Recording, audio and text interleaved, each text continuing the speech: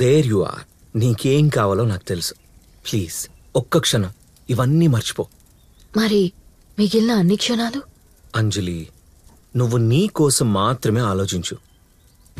No, నేను ఆలోచించను. Please Anjali, we're grown up. Of course, కానీ అంజలి, మనం జీవితంలో చెరుపుకోలేని తప్పేం చేయట్లేదే. ఇది ఎవరికి తెలిసినా తప్పనే అంటారు. ఇది మన ఇద్దరి మధ్య ఉంటుంది. ఎవరికైనా ఎలా తెలుస్తుంది చెప్పు?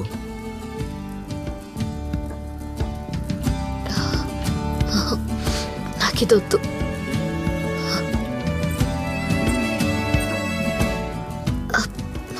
కావాలి. I love you, but I don't want it from you. I don't want to love you.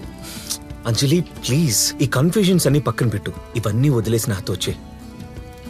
మనిద్దరం ఎక్కడికైనా దూరంగా వెళ్ళిపోదాం.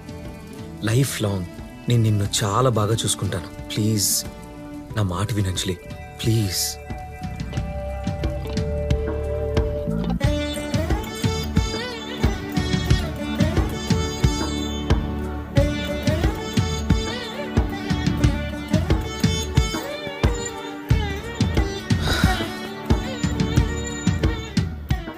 అంజలి, ఏం ఆలోచిస్తున్నావు? ఎందుకింత సైలెన్స్?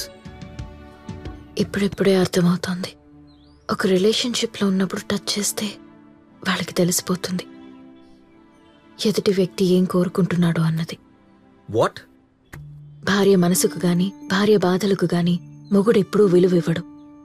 అలా ఇవ్వకపోవడం వల్ల స్త్రీలకు కొన్నాళ్ళకి భర్త మీద ఇష్టం పోతుంది, గౌరవం పోతుంది.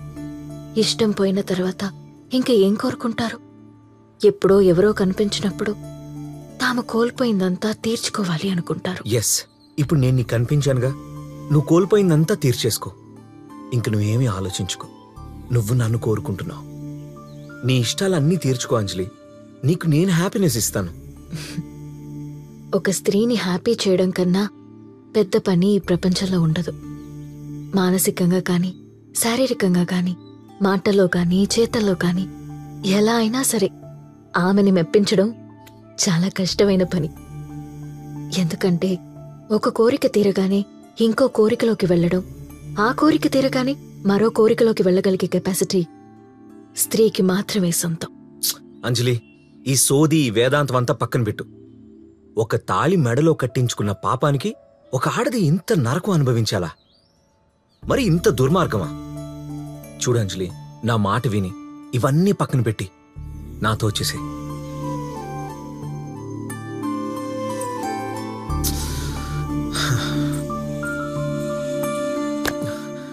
ఎన్నిసార్లు చెప్పినా అర్థం చేసుకోవేంటి?